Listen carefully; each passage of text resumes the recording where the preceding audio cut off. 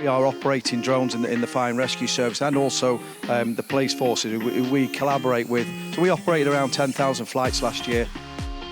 But there's one thing in using a drone for search and rescue, but they do not put fires out yet. Over to you guys to help us with this particular challenge.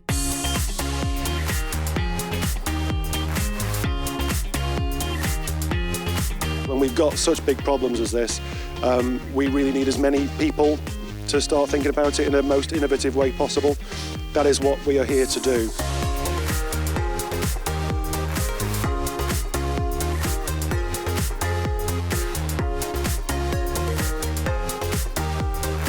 Every now and again, we get a transformational bit of technology that comes along.